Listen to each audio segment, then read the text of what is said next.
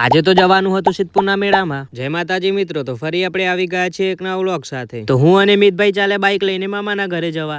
મામાના ઘરે આવીને બધા ભાઈઓને તૈયાર કરીને ચાલે મેળામાં જવા। અને આ છે અમારા નાના ભાઈ, જે મેળામાં ના આવવા માટે રિસાઈ ગયા છે। साला ये दुख का खत्म नहीं होता बे। ખડી ચોકડી ઉપરથી પુલ ચડીને પહોંચી ગયા આપણે સિદ્ધપુરના મેળામાં। તો પછી બધા બાઈકો મૂકી દીધા પાર્કિંગમાં અને આ રહ્યો સામે મેળો। તો પછી હું અને મારા બધા ભાઈઓ ચાલે મેળાની અંદર જવા।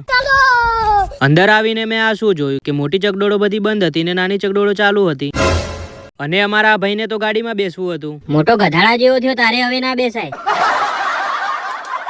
આટલી બધી પબ્લિક ને જોઈને તો મને એવું લાગે છે કે આ ભાઈ મફતમાં બેસાડી રહ્યો છે। મારે જવું પડશે લાગે। अबे साले। સિદ્ધપુર નગરપાલિકા તરફથી પૂનમના દિવસે લાઈવ પ્રોગ્રામ છે, જેના સિંગર છે અમારા દેવસી વિસોડ, જે આજે અમારી સાથે મેળામાં ફરવા આવ્યા છે। આ દુકાનમાં 20 રૂપિયાનું મોટું ઇનામ લાગે એમ કહીને બધાને બોલાવતા હતા। તો અમારા ભાઈ પણ પહોંચી ગયા 20 રૂપિયાનું મોટું ઇનામ લેવા। 20 રૂપિયાની કૂપન ખોલીને ભાઈને તો લાગી ગયો હતો રૂમાલ। 20 વાળી કૂપન લઈને ઇનામમાં 10 વાળો રૂમાલ આપી દીધો। ભાઈ તમને તો ફોલાવી દીધા।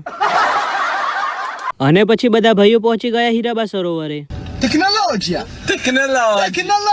નાનપણમાં આવું ફુગ્ગા બનાવવાનું કોઈએ લઈ આવ્યું ન હતું, તો આજે મફતમાં ફોડી લીધા।